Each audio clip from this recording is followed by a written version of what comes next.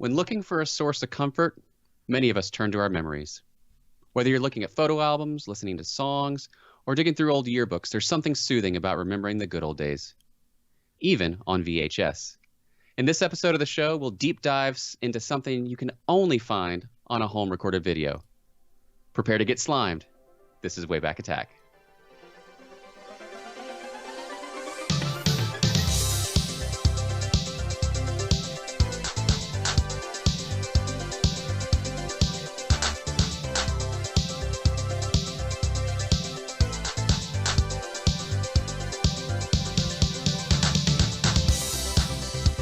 Welcome to Way Back Attack. My name is Brian Grantham.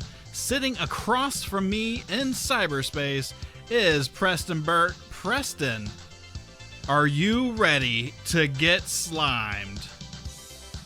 It has been a dream of mine since I was a young child watching Nickelodeon to be slimed at one point. I have not yet.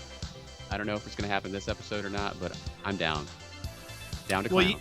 Well, there used to be a way for that to happen easily, and that was if you went to Universal Studios, you could go to Nickelodeon Studios there and get slimed while you were at an amusement park. Wouldn't that be horrible?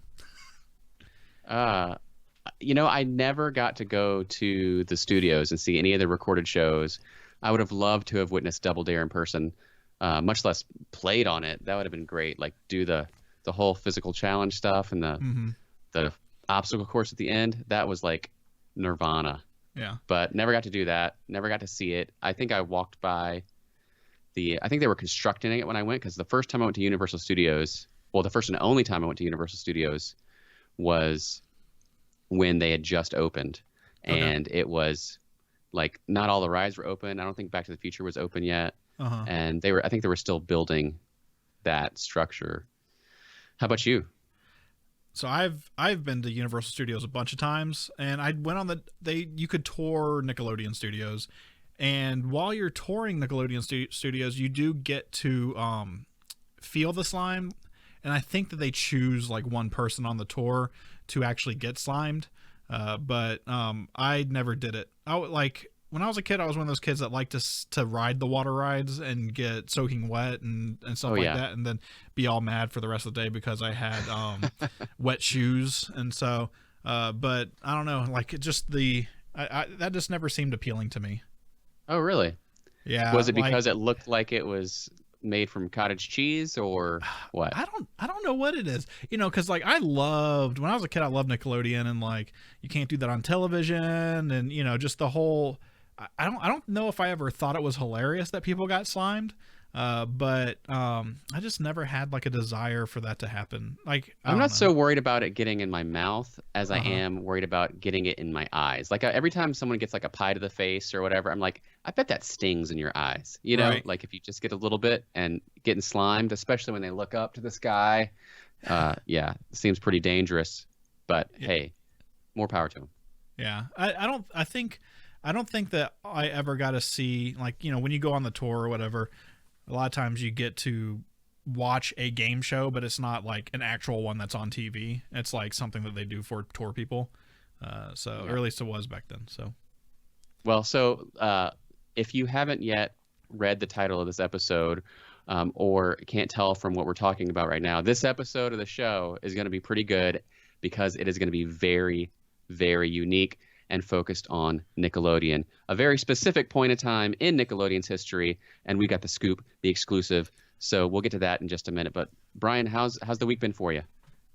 So I have spent a good bit of time cleaning up my basement. I've got my pipe situations all taken care of, so that's no longer a problem. I'm still procrastinating on putting my Dracula back together, but I'm planning on getting that done tomorrow, probably. And then tonight, or I guess today, I spent a lot of time. I have like just all these Tupperware containers of video game systems and accessories and games that go with all these systems, like stuff back from original like knockoff Pong machines. I think I have one that was like a Sears one or something like that, where it's all like one solid piece with like sliders on each side. That's how you control the paddles, through like modern day stuff. And I have grandiose ideas for transitioning this studio into a different part of the basement once the basement gets finished. And lately I've been struggling with whether or not that seems like a actual possibility. And so in the meantime, I have ordered a bunch of stuff to wire the whole house with Cat 6 cables. That way each outlet, like in the living room and bedrooms and stuff like that, have 3 Ethernet ports so that you can just jack in for super good speeds for your internet. So, well, I, for one, like our tiny little studio that's in the basement of your house, and I don't think you should move it until we at least have a full episode where we were both actually in the studio, so that people can see it. We got to enjoy it, of course, when we were audio only, but the visual elements part of it, and we got some games you can't even see behind there. There's a couple arcade games, and my whole side of the studio is just dark and sad and lonely. But one day soon. Yeah. There's a bunch of VHS tapes and boxes for camera lenses and stuff like that over there right now. So it's very appropriate that my half of the desk is taken up by VHS tapes at this current moment, because that's pretty much all I've been doing for the past week is diving through a treasure trove of VHS tapes. So my weekend was pretty much filled with just a VHS adventure because I've talked about it on the show before. I'm currently infatuated with them. I don't know. I have been for a while, of course, but the home recorded ones are the ones that have appealed to me lately. And I actually went so far as to put out advertisements on different platforms like Craigslist and Facebook Marketplace. And so it may surprise you to know that you don't actually get a whole lot of pings about this topic. It's not the most popular. But when they come in waves. And so I had a wave this weekend, and the first one was a honey hole. I had someone reach out to me and say that he had 60 to 80 VHS tapes that he recorded off a TV between the 80s and like the mid 2000s. And so I had to drive an hour, but it was worth it because I got to see a mystery selection of VHS tapes plus some labeled ones. And it was like going on a treasure hunt, like to see what is on each of these VHS tapes. And so I haven't even gone through them all yet, but I did go through and just at least fast forward through like the unlabeled ones. And there's some great ones on there. There's episodes of Duckman from USA Networks. Yes, there's episodes of right? The Critic. Yes. From what was that? Comedy Central had that one. There are it stinks. Some buy my book. Love that one. And but the best of all was I found 3 or 4 tapes of multiple episodes of Gorgeous Ladies of Wrestling, or Glow. And folks have maybe probably seen the Netflix show of the same name, but if you weren't a child of the 80s and you didn't experience the actual television show, it's something to behold. So hopefully I'll be able to share some more of that soon. But there's a little bit on my Twitter account, a couple of clips here and there, and it's just like, it's utopia. It's great. You said 70 to 80 tapes? 60 to 80. I didn't actually count them. I should have, but that's crazy. From one person? Yeah. And what's crazy is I picked it up from this guy, and through half of his teeth, he said that he wishes he'd have known me earlier because he actually threw away 3 garbage bags full of tapes when he moved to this house. Wow. So no telling what I'm missing. What's interesting to note is that this guy was really a huge fan of That 70s Show. A lot of That 70s Show tapes, so a lot of Married with Children tapes, and some Seinfeld. And then he was a connoisseur of the Fox TV shows that aired for like one season. So Grounded for Life, Greg the Bunny, That 80s Show. I got all of those, man, with commercials galore. I was talking to my mom today because she did a like happy hour thing with some of her friends, and I was like, hey, we should do that too. And I was like, okay, cool. And so we were talking, and she was like, man, I wish I knew you guys wanted these tapes, because I just got rid of a bunch of tapes that were all just TV from the late 80s, early 90s. Like, and she said all the commercials were there. Everything was there. I was like, man, that sucks.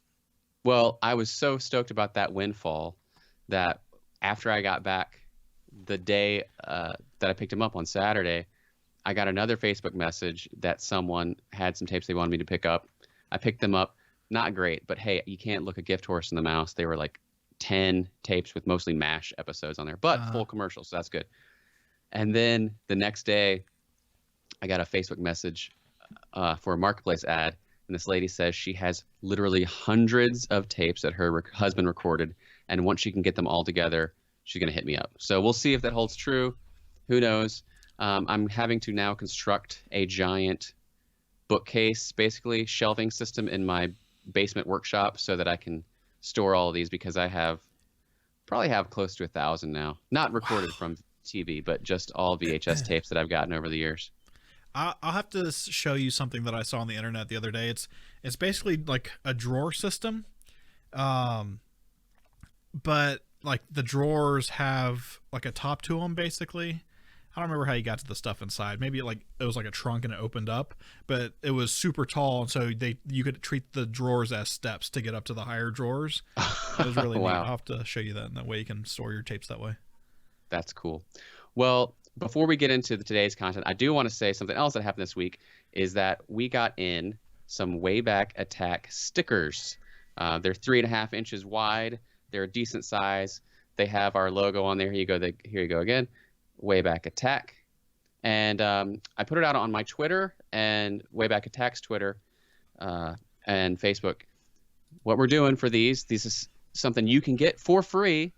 All you have to do is write us a review, not just starring us, but write us a review on iTunes or your favorite podcasting platform, and then message us either through email or social media direct message, and show us that you did, and give us your address, and we'll send you a sticker absolutely free, and plus some other fun stuff of my choosing. It'll all be retro related, and it'll just be something nice to get in the mail. But we appreciate all the support, and if you are a fan of the show, love if you could share it by grabbing a sticker and put it in somewhere cool.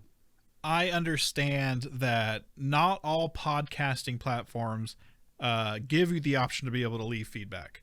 So if that is the case for your particular, I picked the wrong one. If that's your case for your particular podcast platform of choice, if you could instead do us a favor and go to YouTube and leave a comment on there, and then hit subscribe on that, then that would also put you in for that as well. And then on YouTube, we should still just take a screen cap or whatever, and let us know that way also, because it'd probably be easier for us to keep track of it that way, because maybe your YouTube name isn't the same as your other stuff. So yeah, well, and I'm glad you mentioned YouTube, because this episode, while we hope it's very enjoyable for our regular podcast listeners, this episode might be one to actually get you to come over and check us out on YouTube, because we're actually going to be doing a watch along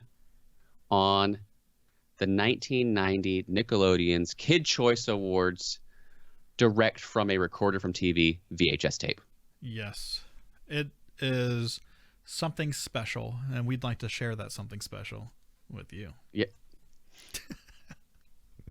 Let's go ahead and roll a little bit of promo leading up to the videotape. All right.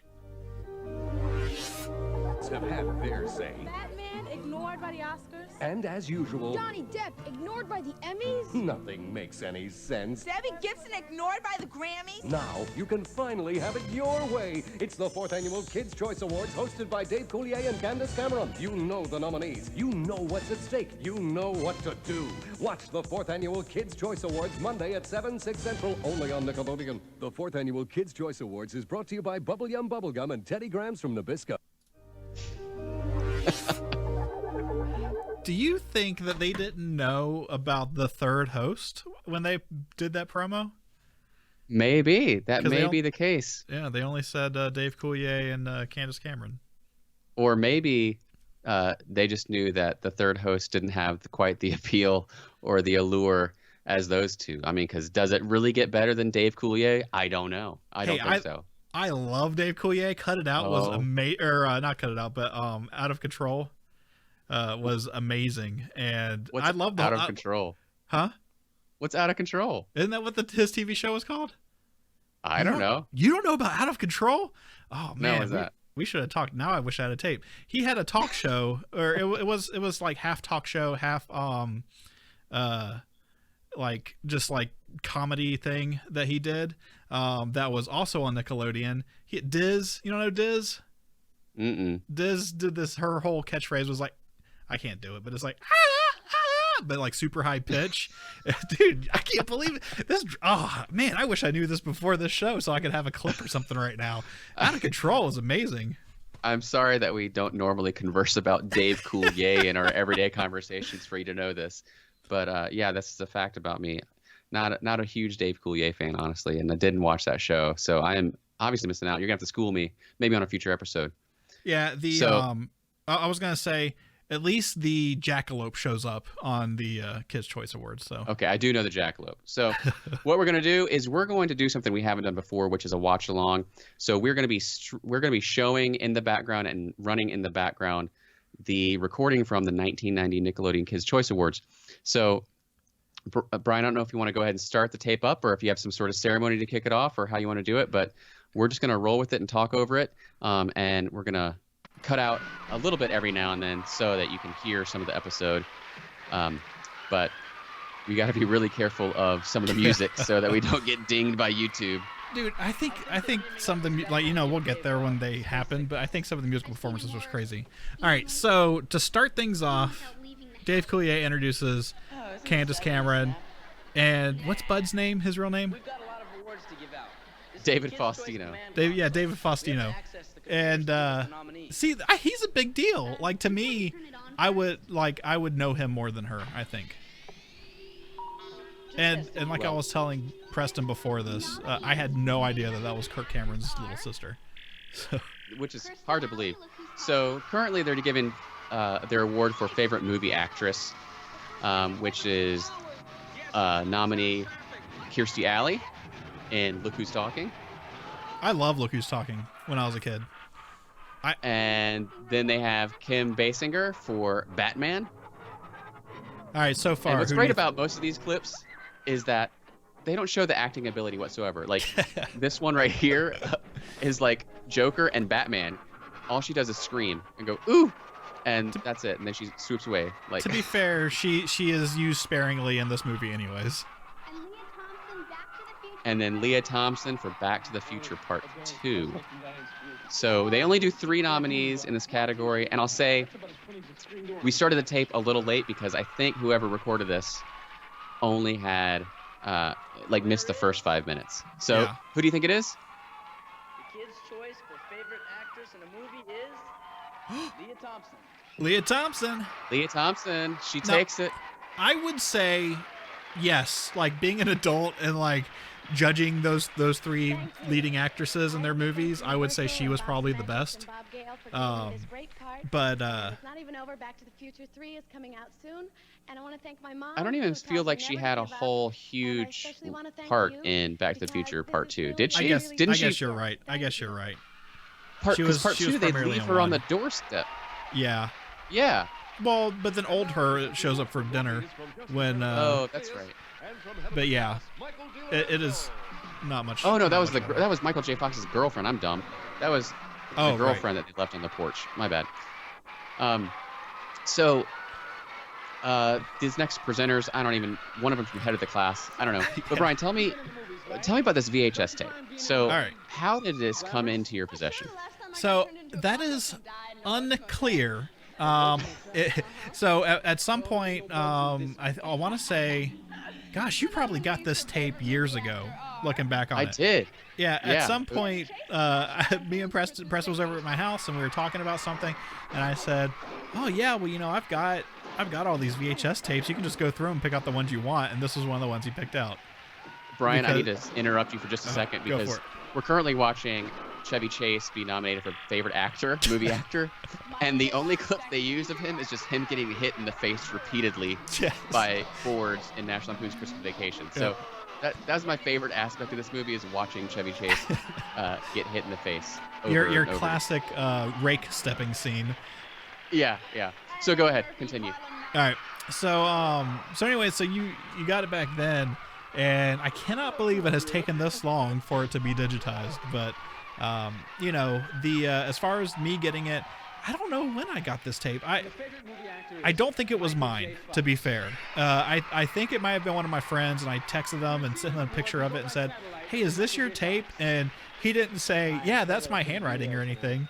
He said maybe, I don't know. And so I don't know where I got this tape from. It means a lot to me. Hey, let's listen to Michael J. Fox offer his acceptance. I'm glad that you like Back to the Future 2, and I'm pretty confident that you're going to like Back to the Future 3. And not much else to say. Just, you know, be good to yourself, be good to the people around you, be good to the planet. And thanks very much. Via satellite, short but sweet for favorite movie actor, Michael J. Fox, Back to the Future Part 2. I think he's a shoo-in, but something all right, I have a couple of things to say about award shows like this. All right, so this is for Best Picture, right? Favorite picture. Favorite movie, yeah. Favorite movie, Back to the Future. I hate award shows like this, where the winners already know that they've won. I like the drama of them watching the clips and being like, "Oh, is it going to be me? Is it going to be them?" All right. Second option here. Yeah, this is 1990, so we already had Back to the Future Part 2. Right. Now we have Batman, and then, again, they only give 3 nominees, so we're going to see the third one, inexplicably, is Look Who's Talking. I love Look Who's Talking when I was a kid. I think it was last week, we talked about HBO, and I watched Look Who's Talking, all those movies on HBO all the time when I was a kid. But I'm also a huge Bruce Willis fan, so and John Travolta. John Travolta, I used to love him. So, Look Who's Talking just won. And what's crazy about this is it's not satellite. They don't have an acceptance for satellite. They're in person. Kirstie Alley, John Travolta, and the producer of Look Who's Talking. Yes. Now, when you look back at the movies they nominated, Batman, Back to the Future Part 2, and Look Who's Talking, like, it's believable that it could win between a Kids Choice Awards, but like Batman was a force. To me, it's hard to believe that it really won. I think what happened is they knew they could get these cast members, and they could do a promo for Look Who's Talking 2, which they do because they bring up the producer in just a minute. Yeah. I think that it was maybe rigged. Kirstie Alley says, and she introduces herself and John Travolta, and then says, "And this is the producer who made this all possible." So, but listen to this. John Travolta is so charming. I grew up with, so I'm glad you get a chance to see him too. Thanks for making Look Who's Talking a big hit, because I know, as well as you guys know, that you guys are the guys that are making it hit because you go to see it more than once, and that's really what does it. And I hope you look out for my next movie. It's called Chains of Gold, and I think it'd be an educational film for all of you, and it's entertaining too. And Jonathan Crane, who produced Look Who's Talking, has prepared us to do a sequel to Look Who's Talking 2, and he's going to tell you all about it. So I think it's I think I texted you this the other day or whatever when I watched this, and I think it's so funny right here to see Kirstie Alley and John Travolta like when they're younger and they haven't like gone off the rails with like Scientology and other like crazy beliefs, and like how charming John Travolta is. I love that man. Oh, he's good. I think it was just weird how the producer, like, you have Kirstie Alley and John Travolta, like you said, very charismatic. Why do you have the producer out to talk about this? What a vanity project for that guy. Yeah. I can see that being like Nickelodeon reaches out to them, "Hey, we want you guys to be on the show." And he's like, "We'll be on the show, but only under one condition. I get to go out there with John Travolta and Kirstie Alley. Yeah. So, if you can't tell already, this TV show is very fast-paced. We've already had like 4 award presentations. MC Hammer has just taken the stage. He's doing Dancing Till You Can't Touch This. You might need to turn this one down a little bit, Brian, just because it's you can't touch this, and YouTube will tell us you definitely can't touch this with that song playing. I will say, did you notice when you watched this presentation or I guess this performance of this song, that the way they worked the music and him singing, all they did was just play the track "You Can't Touch This" and give him a live mic. And so like there's parts where like his vocals aren't matching the vocals of the song, and it's not like they have like a mix for a live performance where the vocals are low. It is literally just here's the CD, we're putting it in, and we just want you to rap over it. That's fine, because really all anyone's here just to see you dance. Exactly. I would have enjoyed hearing him do anything as long as I could watch him dance those parachute pants, man. Oh, dude, I loved MC Hammer when I was a kid. I thought the cartoon was great with his magic dancing talking shoes. But like, I was all about MC Hammer and Vanilla Ice. I love them so much. I will say though that I thought it was strange leading up to this how every winner of every category so far has had an ad that they talk about for an upcoming product, which you kind of spoke about earlier. Also, earlier Eddie Murphy was nominated for best lead male actor, right, or favorite lead male actor for Harlem Nights. Is that a kids movie? I don't think so. I don't think it is either. So that's a strange pick for this. I wanted to go back because I know I can't talk about MC Hammer for a solid 3 minutes, and he comes back later to perform. Yeah. Spoiler. So going back to Look Who's Talking, that one, like I said, when you're thinking about Batman versus Look Who's Talking, you would think Batman would be the clear winner, but maybe set aside the cynical side of me that it was rigged, and maybe it really did win, because I look back at Look Who's Talking, and it made $297 million on a $7.5 million budget. Wow. It was a big movie. And I remember watching it. I remember loving it as a kid. And so maybe just the target audience really, really, really loved it. Yeah. I will say, though, like, no one got a Look Who's Talking logo shaved into their head, you know? Like, dude, I'm a little sad I sold it at the antiques booth I have. But do you remember I had a big baby bottle bank that I got from a video store of Look Who's Talking promo maybe. For the VHS tape. It was like a gigantic novelty size bottle, like 3 feet tall. Oh man, it was pretty big, but yeah, I think it's one of those that doesn't hold up very well. Yeah, kind of like MC Hammer. What I was gonna say is, look, like watching this video, it's funny because seeing MC Hammer, he looks like he would be the sidekick to Simon Phoenix. Like you would think in like LA, whatever, like man. Yeah, like leading up to like John Spartan crashing in on Simon Phoenix to bust him in LA. I could see MC Hammer like standing next to him and just be like yeah, we need to do this. This would be great. So that's a Demolition Man movie reference for those of you who don't know Simon Phoenix as portrayed by Wesley Snipes. Yeah. I will say one thing that's annoying about this video is that this may not be the best listening experience because they scream all the time in this video. And I don't think it's even just natural screaming. I think they pipe in some extra screaming because they definitely pipe in some laugh track at times. Yeah. But, let's listen to this. Yes, that's 2 pizzas with anchovies. Send them 22,300 miles straight up from... Dave, you okay? I'm fine. Cancel that. In fact, I think you ought to let me fly the satellite for a while. Oh, no! Oh, come on, you guys. I know how to fly a spaceship. Trust me. Look.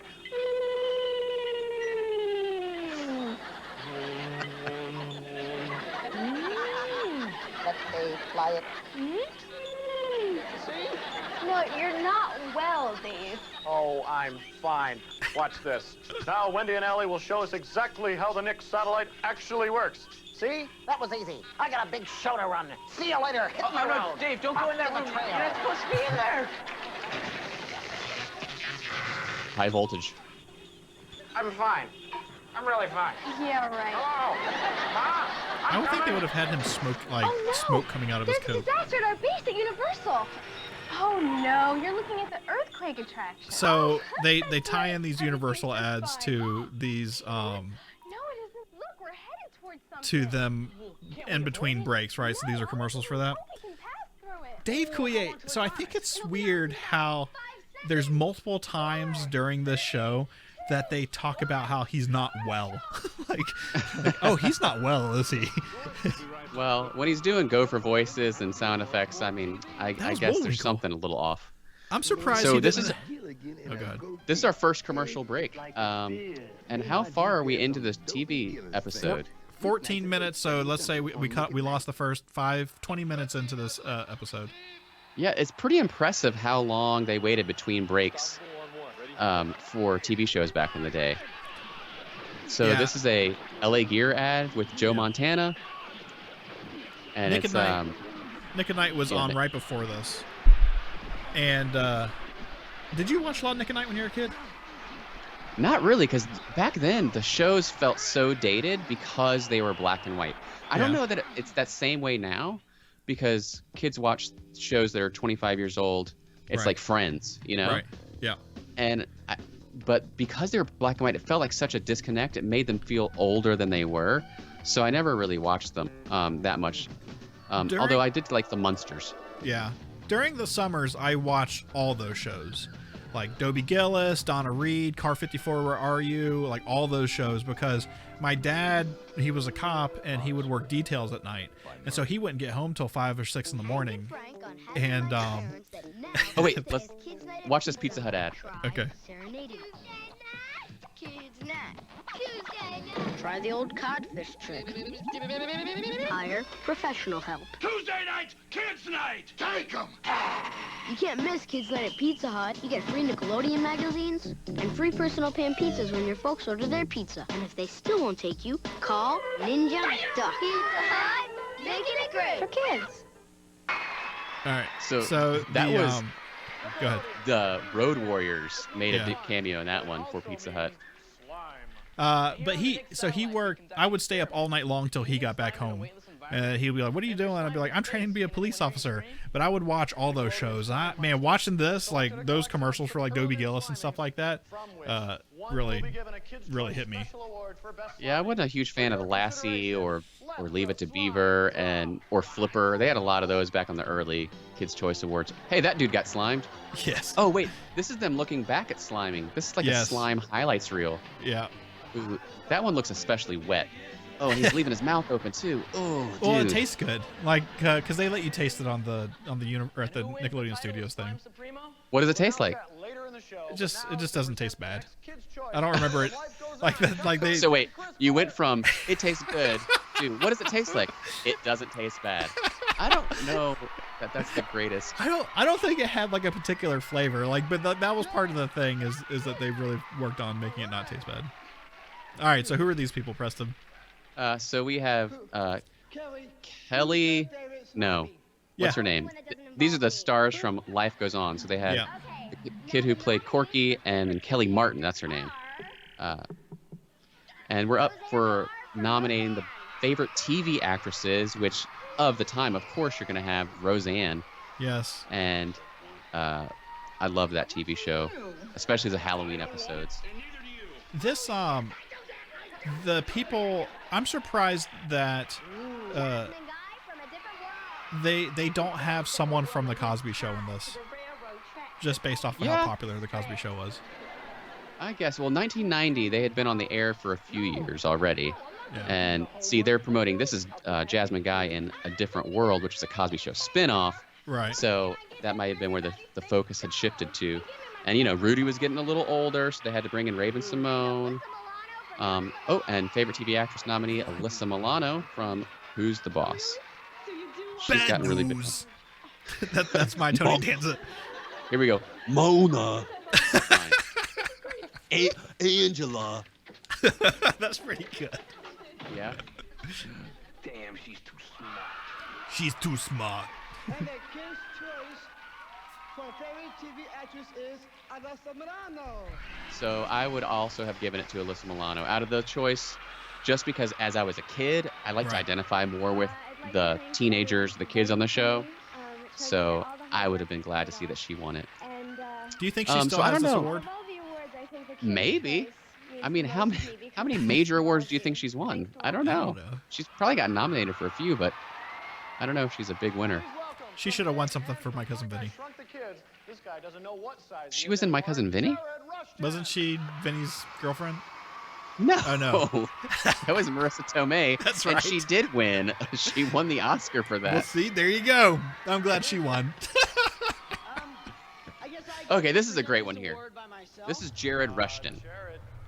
Jared Rushton may not be a name that listeners recognize, but if you looked at him, you'd be like, oh, that's the kid from Big. And he's also he's the kid's friend, his best friend. Yeah, right. He's the best friend in Big, and he's also in the movie Honey, I Shrunk the Kids. He had a couple of huge movies, and then really didn't do a lot of other stuff. He did some episodes of TV and so forth. But what's great on here is, like, they bring him out to host, and his co-presenter is a dog. It's not just any dog, Preston. It's Dreyfus, the dog from Empty Nest. You know, kids' favorite TV shows, Empty Nest. They must have been hurting for some announcers here. Yeah. Do you think Jared was like, oh man, I hope I'm presenting with Alyssa Milano or Candace Cameron or some other really, really cool I would just actress. be happy to be on Nickelodeon. Hey. Well, I don't think Jared was really down with all the fame and stuff because he actually quit doing the Hollywood stuff after 2000. He hasn't been in anything since 2000. And he actually plays in some bands. Oh, that's cool. He has previously played in Withdrawal and another band called Deal by Dusk. So if you look on YouTube, you can probably find him playing some keys. But he hasn't been in much of anything. So this is favorite TV actor. We had Kirk Cameron for Family Ties, Johnny Depp for 21 Jump Street, and Fred Savage for I almost said Boy Meets World, for Wonder Years. So who would you pick in this situation? Because I know who I would pick. I would pick Kevin Arnold, hands down. Yes, 100%. And no this contest. is how I know that this show is fixed, because he did not win this. Who won? Kirk Cameron. Yeah, he's accepting via satellite. Well, admittedly, I did like that show, and he was the best part of Growing Pains. But it's hard to look through the lens of Kirk Cameron then as compared to Kirk Cameron now. You know, Kirk Cameron starred in one of the one of my personal favorite video games that incorporated live action video and video games. And it was a game called The Horde on the 3DO. And I think it eventually came out on the PlayStation and some other stuff. But Kirk Cameron played the character that you were playing as. And it was a very good show. And I did like Kirk Cameron a lot. But yeah, I mean, you know, I think that in terms of like Kirk Cameron's, based off some other people that are on the show, I think Kirk Cameron is still pretty good. I did like that TV show back then. Now, yeah, I remember going to my those friend's house to awards watch that it. they have, the Big Blimps. Do you know if they still use the Big Blimp as the award? I have no clue, but it does seem like it's pretty cheaply made. Okay, here we go. We have some presenters here. Who's the guy on the right? I have no idea. I have no idea either. But the guy on the left is Jaleel White. And yeah, known for the voice of Sonic the Hedgehog. Yeah, number one, primarily. But then also, of course, Urkel from Family Matters. Now, what was great about that is because, you know, unless you watch shows like these or interviews occasionally, you know, hearing him not do Urkel, just speak naturally, was like earth-shattering to you. Yeah. When you had Stefan come out and talk, you would be like, whoa. Yeah. And I will say that of the presenters on the show, I actually think Jaleel White seemed like one of the most at ease and Yes. just a natural delivery. So kudos to him for being that. Oh, here's another one. So, favorite TV show nominee, Married with Children. Uh-huh. I know kids watched it. Yes. But this is not a show geared towards kids. Well- I was not allowed to watch this show. Oh, see, I watched it, but I would say also Doogie Howser MD. I watched it when I was a kid, but that's only because my parents were watching it, and I was watching it with them. So, Right. and the Cosby Show was Universal, right? Right. This is Nickelodeon's Kids Choice Awards. So Cosby Show took it home on that one. And 2 years in a row. Oh, wow. This was their second year winning. How happy do you think Bill Cosby was that he beat out Married with Children? You know? Probably very. Yeah. Yes. That's right. So look at and thank them. And how bad do you think Nickelodeon hates that they gave him an award now? You know, back then, they probably don't even think about these shows, to be honest. I know. I bet as soon as this show is over, it is out of their mind and gone forever. Yep. They That's leave it why to it's some great intern. to find it on a VHS tape because they don't re-air these things. I will say that Raven Simone, she was a firecracker. Yes. Did you All ever right, watch That's So Raven? I think I saw a few episodes, but I was, past my prime. Yeah. Okay, so this was interesting to me. And when I was watching this tape at first, they had MC Hammer as the first musical guest. Yes. And then they have Tommy Page as their second musical guest. And the first thing I did when I saw this guy was type in his name, which I misheard because I didn't even know who the guy was. So it didn't even register in my brain the name that they said when they announced him coming out. Yeah. Did you remember this guy? Do you remember Tommy Page at all? No, I assumed this was some guy from some Nickelodeon TV show. Okay, yeah, I didn't know who it was either.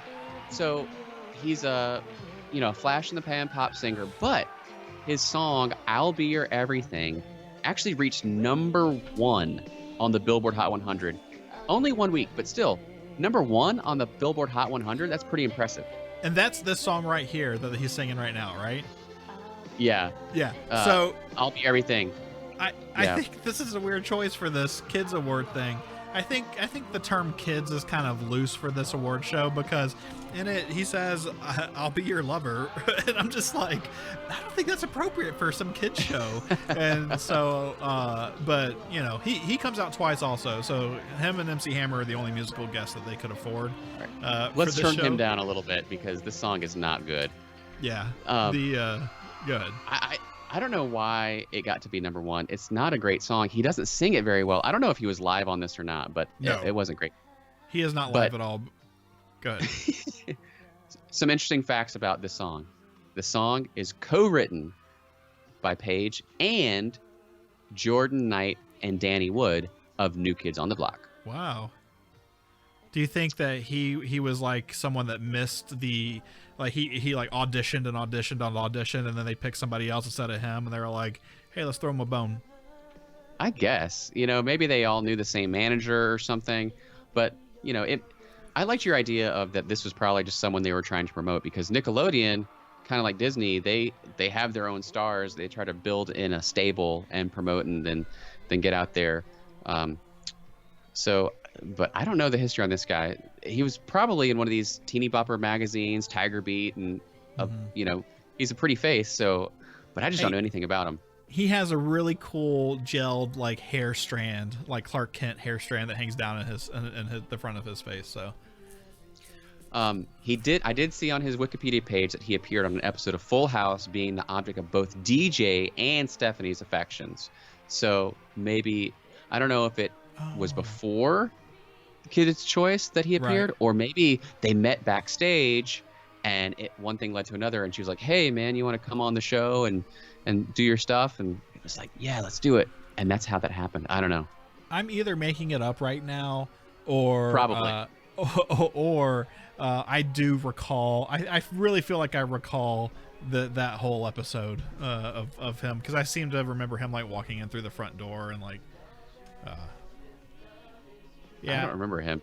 The reason I know he's not singing is because at some point he holds the microphone out for everybody in the audience, and the song it doesn't change at all, like what's going because they're all screaming, and, like you just still hear the song going. He's also you mentioned that you already mentioned that MC Hammer is just Right. singing to the CD too, so I guess this guy as well.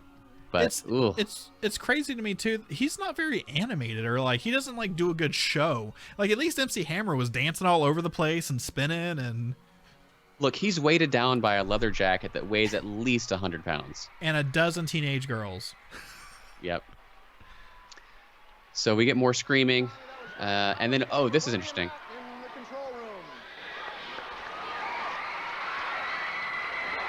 Look, Matt, it's a special message from the chairman of the committee to save the rainforest. Wow, he's a powerful speaker. We'll be right back.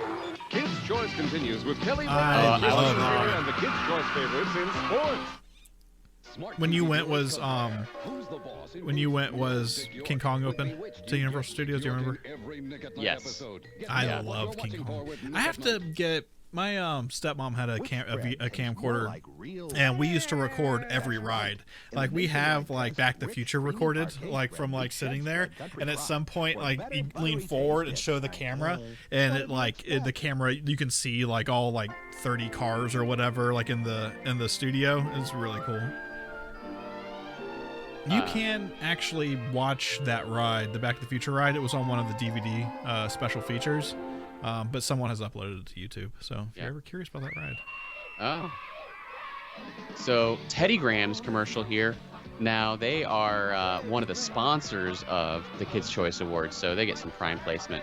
Yeah. But that segment I wanted us to hear earlier wasn't the segment I thought it was. Oh. So coming up later in the show, they go to the crowd to get some celebrity hot takes. Yes. And it's really, really awkward. So we'll be looking forward to that. Were you a fan of Teddy Grahams? I mean, they're graham crackers. They didn't seem that spectacular to me. It's kind of basic. You had chocolate, honey. What was the other flavor? Vanilla? Was the other flavor vanilla? Cinnamon. Cinnamon, that's right. Yeah. I like the chocolate ones. I love those. I was more of a fan of Dunkaroos, though. Right, because you get the junk food icing to stuff in your mouth. Yes. I loved anything that you could like dip in something like that. Like what were the crackers with the cheese? That you had the red thing that you scooped it out on. Oh man, Handy Snacks. Is Handy that right? Snacks. I loved Handy Snacks. I'm a mathematical maniac, and when I'm pounding Oh yeah, here's another sponsor of the show. This Bubble Yum.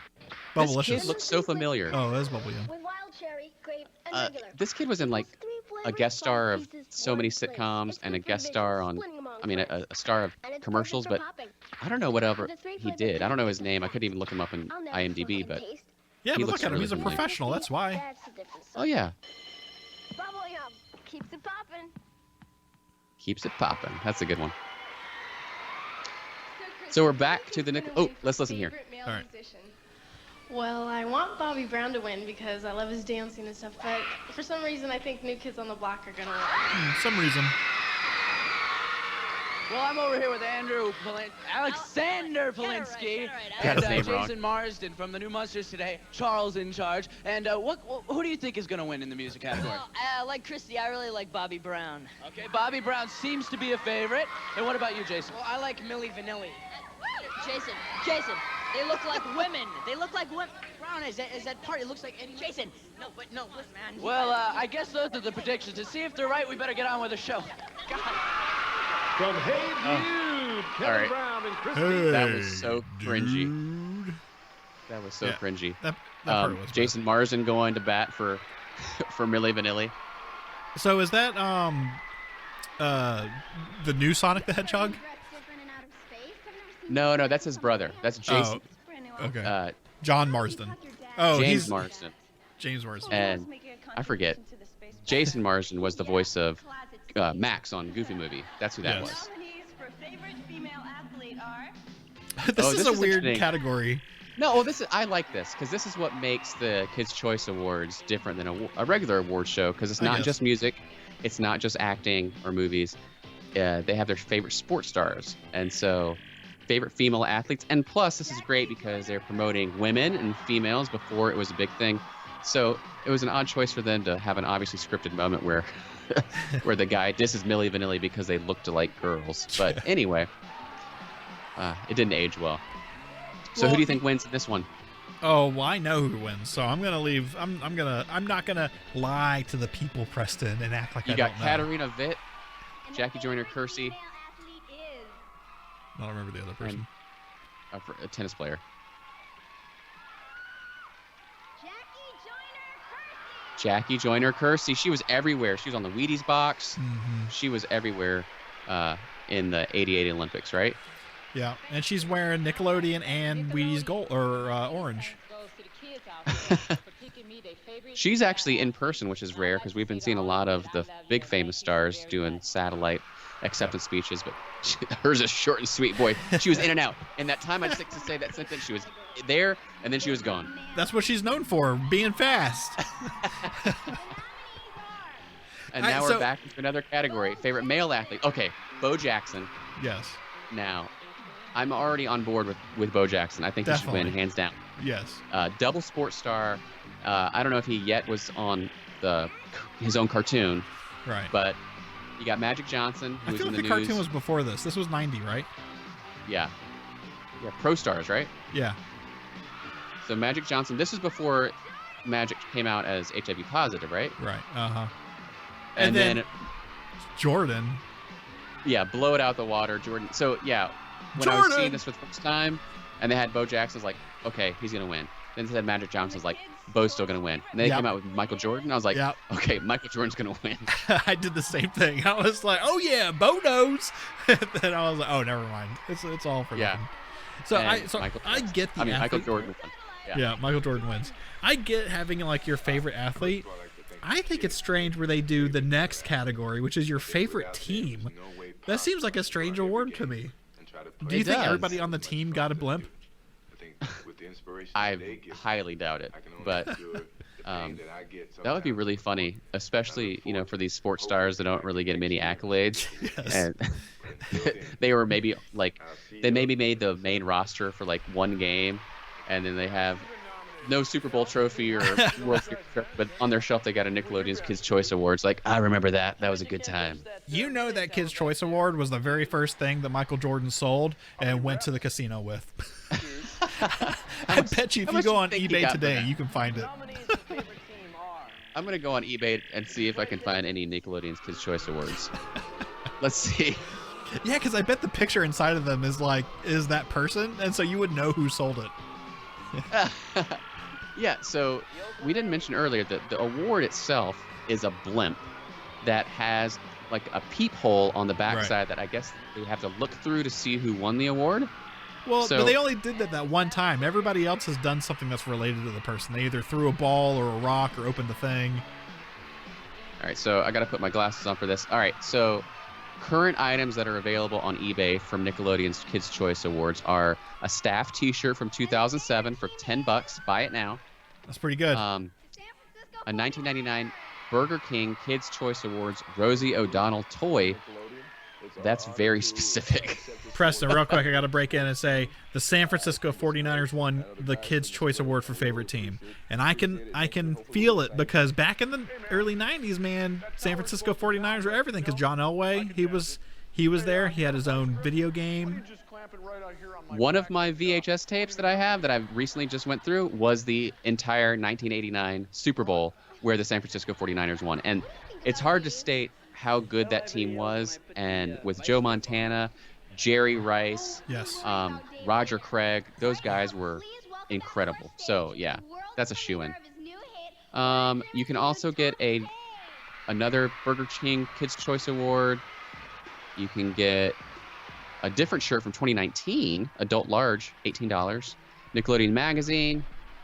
And there's a hat. But I am not seeing any actual awards themselves. Ooh, you can get unused tickets from 2010 for $40. Well, that's because, like I said, you would know immediately who sold it. So you have to look on the dark web, Preston. That's the only place that you're going to find the actual Kids Choice Awards. You can go to pawn shops and buy I've seen that show on what is that, Pawn Stars. I've seen that show where these are selling poor rings football and players stuff. have to sell World Series rings and Super Bowl rings and stuff. All right. So it's possible. What was this guy's name again? That was Tommy Page. Tommy so he's Page. back. He's back. Different song. Singing his heart out. Yellow coat. Don't mean to be a downer here, but I actually did read that Tommy Page died in 2017 at 49 of an apparent suicide. So bummer note here, but this is very happier times for him. I feel bad for everything I said about him earlier. As you should. Thanks for making me to be a jerk there, Preston. You have the same notes page that I do. All right, so while he's singing, so we don't get dinged by the YouTube police, I'm going to tell you a little bit about the history of the Kids Choice Awards. So this episode is it says the 1990, which looks like the third edition of the awards. The first one was in 1988 in Universal City. Earlier they said this was the fourth one. Well, which is weird to me because I'm looking on Wikipedia and it says it's the third one. So I have no idea what's right.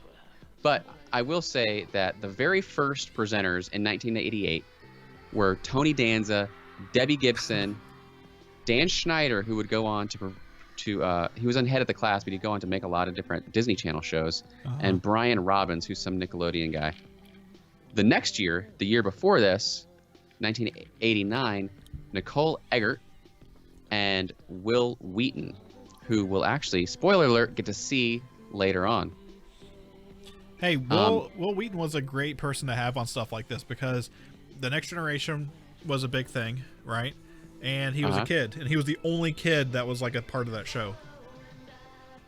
Yep. So in 1987, the viewers sent in ballots, and then before the show, the ballots could now count the winners, and a thank you video would be shown during the program. So I think maybe this is me speculating because I haven't read up on this great, but I wonder if maybe the first awards were just like issued to people and there wasn't like a show or something. I wonder if they just voted and they, announced it on in between commercial breaks or something. But so as far as the produced show with hosts, this looks like the third one. You said that the first one was shot at Universal Studios too, right? Yes. Okay. So what I bet they did is I bet they like talked to people at the studios, like as guests came in. They probably gave them a questionnaire. I bet you that's how they did it. Yeah. So next year they went down from multiple hosts to the first and only single host. Well, not first and only, but first and only for the time single host, Corin Nemec. Do you remember Corin Nemec? That name does not sound familiar at all. So he was the one who did Parker Lewis Can't Lose. Do you remember that TV show on USA? No, I don't. Really? What kind of show is this? Well, it was like a Ferris Bueller's Day Off kind of show. Okay. But he was also, I think he was also in The Stand. Do you remember that show? Yeah. Mm-hmm. Well, like the Stephen King thing? Yeah. The Stephen King thing. But this show has been going on since 1988's first airing. And in 2020, the host was Victoria Justice. 2019, DJ Khaled. And before that, 2 years in a row of John Cena. John Cena makes perfect sense to me because, he does all the Make-A-Wish things. He is such a recognizable face for people. He was the Marine, right? When he in that movie? I think so. Looking back at some of the other names, some all-stars here. So it's funny that they shifted from Dave Coulier, Candace Cameron, and David Faustino to people like Jack Black, Justin Timberlake, The Rock, Will Smith, Mark Wahlberg, Nick Jonas. They got some heavy hitters here. So from humble beginnings, I will say. Well, you got to think, The Rock and Dave Coulier.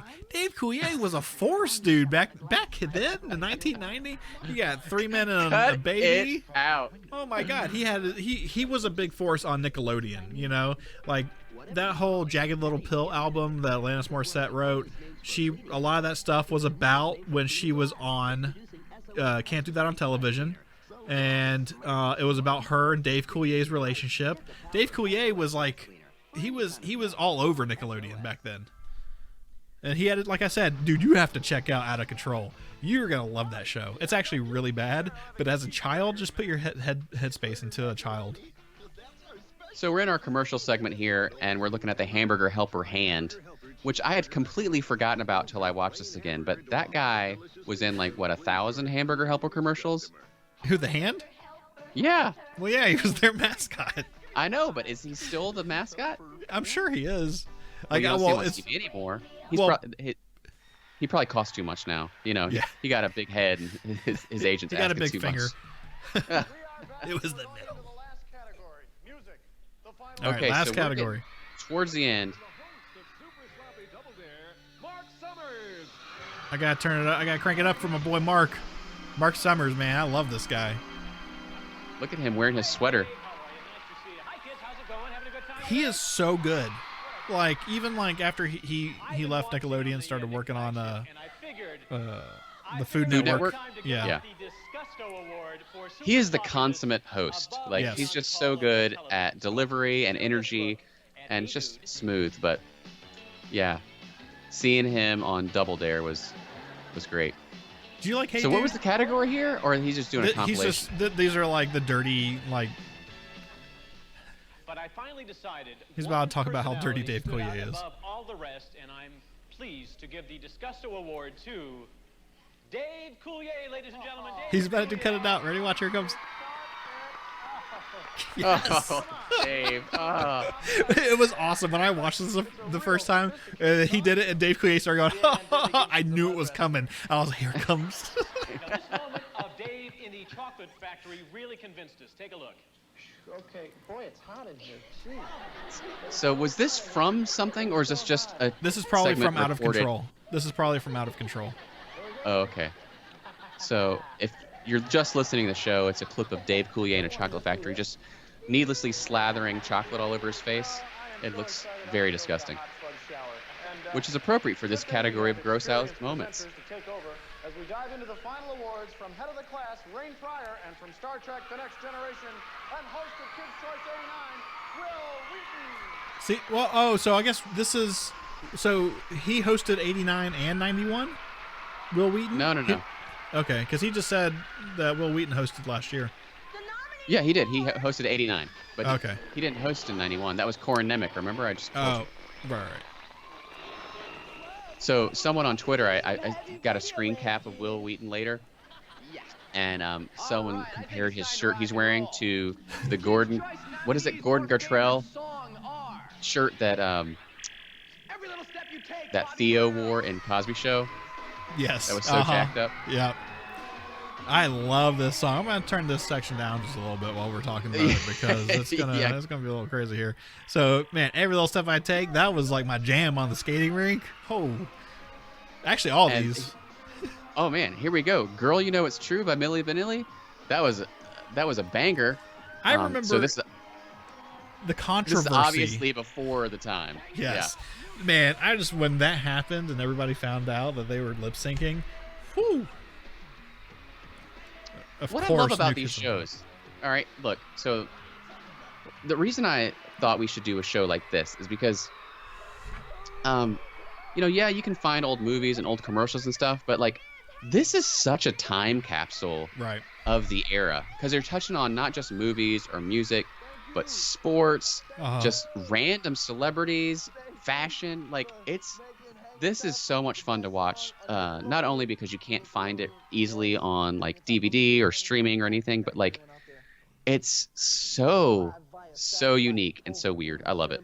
Yeah, man, I'm surprised there were less 90s jackets in this. I guess it's 90, and so you had to have somebody to set the stage for fashion for that decade. But I guess that's New Kids on the Block. Yes. I want a 90s jacket. After watching this, I'm like, man, because like when Will Wheaton came out, you're talking about his shirt. Like, all I could think was, man, that shirt's so loose. I bet that's so comfortable. Oh, man. Okay, so New Kids on the Block won for, what, male singer? Best music? I don't know. I don't remember. And now we're up to Paula Abdul with the Dancing Cat, and if that doesn't win, that's DJ... was it? Oh man, Scat Cat, DJ Scat Cat, right? That's his name. MC Scat Cat. MC Scat Cat. I don't remember. You were about to call him DJ Khaled, weren't you? No. All right, who was this? Debbie Gibson. I guess so. I don't remember her hit song. Like, I couldn't even. without listening to it, Yeah. I can't even tell you what she's singing. But there's two bangers on this. You got Paula Abdul and Janet Jackson. Janet Jackson. Oh man. Janet Jackson was so good, and this song in particular was awesome. And so this category is for favorite female singer. So I think the last one was favorite male singer, and somehow New Kids on the Block won that. Yeah. Oh, it's favorite female musician / group. So the other one was favorite male musician / group. So who would you pick in this, Preston? For yourself, I would have to go with. So even though I liked the cat animation with the Paula Abdul video, as far as like just jamming out, it would probably be Janet Jackson. So but I would have been wrong. Yeah, I would have gone with Paula Abdul because I loved this song. This was like well, if they said who's your favorite person, I would have been like, I don't care. But if they played those 3 songs, I would have been like, oh yeah, Opposites Attract every day. I love that song. I still love that song. Look at Will Wheaton making a fool of himself out there. Yeah, he loves that song too. Me and Will, we tight. I think I saw him maybe in a minute. I think he does the dog pound whoop whoop. Oh yeah. With his hand. Dude, I recently put a video. It's not public on my YouTube because I'm waiting for approval from the other person in that video. But there's a part where there's a freestyle dance, and I just sit there and go like this the whole time. Oh my gosh, we all were victims of that horrible fad. I'm sure we were all guilty of doing it. All right, so this is favorite in general music group. Yeah, who is this? Bobby Brown? Yeah. Male favorite musician male. group. Oh, so I don't know what the New Kids on the Block one first time was. Yes, this is very confusing to me. Yeah. So look at Jordan Knight wearing a Batman shirt. I'm trying to stall because I don't want to give away who's going to win this section. Yeah. But obviously male. Breath. Yeah, I wish I knew what the first one was because I think it was unnecessary to give New Kids on the Block the win 2 times in a row. Yep. Especially the fact that they're not even there. Right. And I wonder why they just got these 2. I wonder what Danny and Joey and the other one. What's Knight? What's his name? Jonathan. Jordan. I wonder what they were doing. No, that was Jordan. Oh yeah. I'm very bad with names, just in case. You pretended not to know him so you could keep your street cred. I know Donnie Wahlberg. That's the only one. Oh wait. I know. Here we go, Dave doing the jackalope voice or the groundhog voice or whatever it is. Jackalope was the jackalope.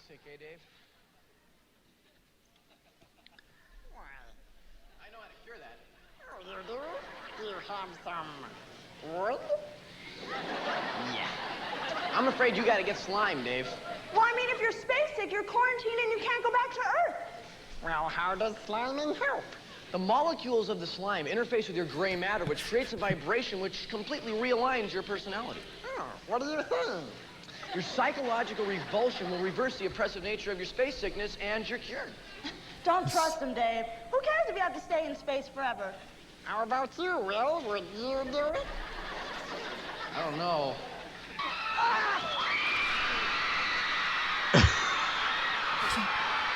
Will just got slimed.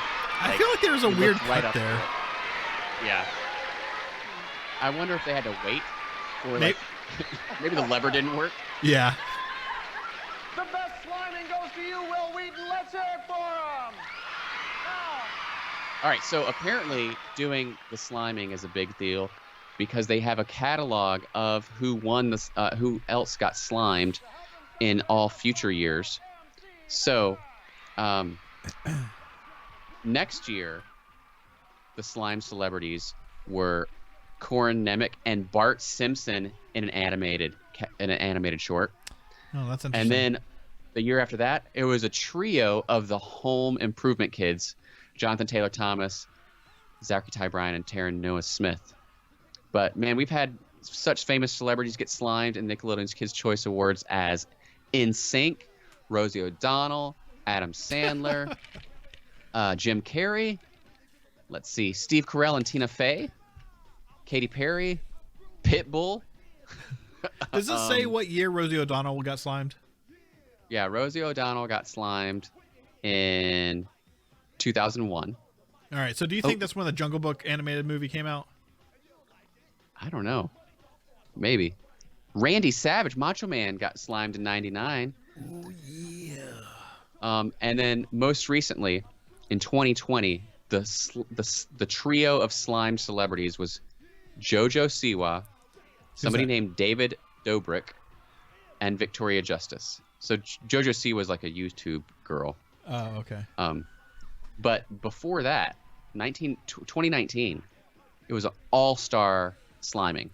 You got DJ Khaled, Adam Sandler, Janelle Monáe, Josh Peck, David Dobrik again, Will Smith, and Chris Pratt. All those celebrities got slimed. Man, that's a lot. I love Janelle Monáe. Yep. Oh. Well, and before you know it, we're out of our segment. We're into the show. Hammer, take us out. Hammer, don't hurt him. That was it for the 1990 Nickelodeon Kids Choice Awards. Yes. I could say nothing else is quite as exciting. I'm going to leave this up for a little bit. I was going to transition back over to our thing, but I want to show the credits for the people that were able to put this on, just so they get credit for this masterpiece. So nice. I know it's going to go by pretty quick, but this whole show went by pretty quick. Like when I was watching it, it didn't seem like that fast. I mean, it was a little more quick pace, but trying to have a conversation over it has proven to me that this thing moves like nobody's business. It's like, what do you think about this award? And it's already 2 awards away from the one that you started talking about. Yeah, so this is a fun experiment. I don't know how effective it'll be for our listeners or viewers, but yeah, they definitely knew how to keep a attention deficit disorder kid, keep their attention going. So they knew their market. That's for sure. Yeah. I think, looking back on that, like you said, that is a huge time capsule to be able to look back at that time and see the stars, like what was popular and what fashion was popular and that kind of thing. Because, you think 1990, you're not quite into 90s fashion. And I guess, based off of what everyone was dressed like, you could see those people walking around today and you wouldn't even think anything weird about it. It's not like they were all still wearing like other than Will Wheaton, but hey, he's like out there like in space. So, well, what's funny as I'm going through these old VHS tapes is the time, the eras, obviously when we were kids, it doesn't seem like that long ago. But when you look at these videos, especially the 80s tapes, you're like, oh my gosh, that was so long ago. Because they just, everything looks so dated. I mean, it's not black and white or anything, but, just from the fashion and the way that things were presented on television, it feels very, very old. Right. This, even just switching into the early 90s, makes it not feel quite as old. And I mean, yes, I know there's a progression of time, so that makes sense regardless. But saying the fashions, yes, they're very different than what is fashionable now, but it doesn't feel quite as old. The 90s felt like the 80s were just by themselves, but 1990 to 1993 felt very specific to a tight culture that was very just closed. And then the rest of the 90s seemed like all one big thing. Why do you think that is? I think it was just a transition period. I mean, yeah, and everything was trying to be big and extreme and in your face, and we saw that on the video with the colors and the clothes and the music. Yeah, when I think about 1991 in particular, I think of everything had attitude and that kind of thing. That carried on through the 90s, but you think of even it is. I see what you're saying with the early 90s and going up to the mid 90s, how different that time period was. Mm-hmm. Yeah. I mean, it's when Taco Bell shifted from their brown and orange to the blue and purple. They're extreme. It's intense, man. Yeah. That's good stuff. Yeah. And you think of people like Sonic the Hedgehog again. I can't just stop talking about that blue little furry guy. It's everywhere. So you don't, since this wasn't a tape that you actually owned, what were your biggest impressions when you first watched this for the first time? Just this past week? So, at first I was like, wow, this is longer than I thought it would be. But it's weird because it was only like, so it's less than an hour because you have like, we're missing like 5 minutes out of it or whatever. But it's like you said, like it just flies by. If you think about something, having kids, like one of the things that they talk about with like kids programming is how fast paced a lot of stuff is, like, and so like for like young developing minds, they want not as many cuts and that kind of thing, like, so like if you watch PBS, right, versus whatever on YouTube, right, kids programming, the stuff on PBS is much slower paced and like there's not as many cuts and that kind of thing. Dude, this award show is just nonstop, pop pop pop pop pop. And so like when I watched it the first time, I looked at it and was like, oh, this isn't that long. And then like it was barely, like, before I even realized it, I felt like it was over. Which most award shows, I mean, granted, most award shows are longer than an hour, but oh gosh, most award shows feel like they take forever, yes. Especially now with as long as the commercials they are. But like the Oscars and the Grammys, they seem like they take like 3 or 4 hours, and I'm sure they do. Whereas, this is the total other end of the extreme.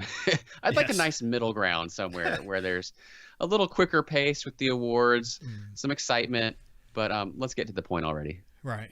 I think either if you extend this out to an hour and a half, or if you lose a couple of the categories, because like that, why is a new kid's got to win twice? Yep. I think what's interesting about this is looking at it in hindsight. Yeah. So when we were kids, I don't specifically remember watching this particular award show, but I remember watching Nickelodeon at the time and the music of the time and the shows of the time. And so, what was big and important to me and the celebrities that are big and important at that time, how the history tracked them differently. Like Paula Abdul, right? Like who knew that she'd still be around doing American Idol and still in the public spotlight? Who knew that Bill Cosby would be in jail? I mean, who knew that these people that were, so famous to me, like I would never hear them again, to where I don't even know their names anymore. Yeah. There were a lot of people that we saw that I'm like, who is that person? I don't even know who they are. Yes. The kid from Charles in Charge? What? Who's that guy? I don't know. Well, even that singing guy, like I still don't even remember his name. But oh wait, I got it, Tommy Page. So, but like, like who would have thought? Like, surely, I bet back then they thought he was going to be the next big thing, and then like nowadays, yeah. I wonder how many people, hey, if you knew who Tommy Page was, I want you to email us, because I bet we won't get any emails at all about it. I don't know, man. I bet there's some person that had Tommy Page plastered from Tiger Beat magazine all over their bedroom. It just wasn't you. Yeah, I guess so. Mine was JTT all day. I pegged you for a Zachary Ty Bryan kind of guy. No way. Oh my gosh. Have you seen those eyes and that voice?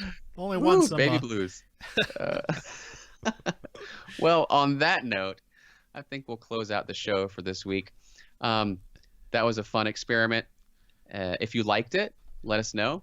Shoot us an email at waybackattackshow@gmail.com, or hit us up on the tweets or the Facebooks. You can find us just looking at Wayback Attack or Wayback_Attack on Twitter. I'm Preston. You can find me at Squared Stiff on Twitter. Brian, where can they find you?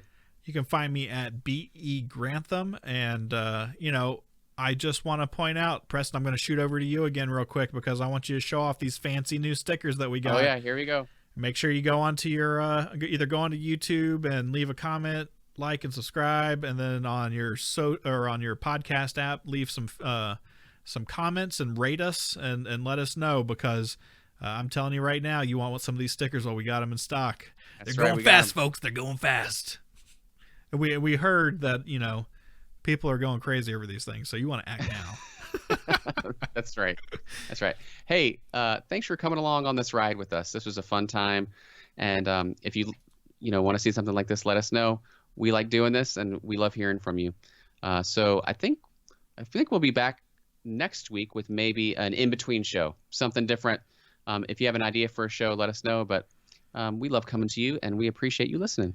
Yeah, we've been making a list of show ideas that we have, and mixing in show ideas that you guys have been giving us also. So that way we have plenty of content coming up, and we want to make sure that, hey, if you got something that you're excited about, maybe you will throw it out there and let us be able to talk about it and then bring you in. So thank you so much for listening to us, and I hope you guys have a great day.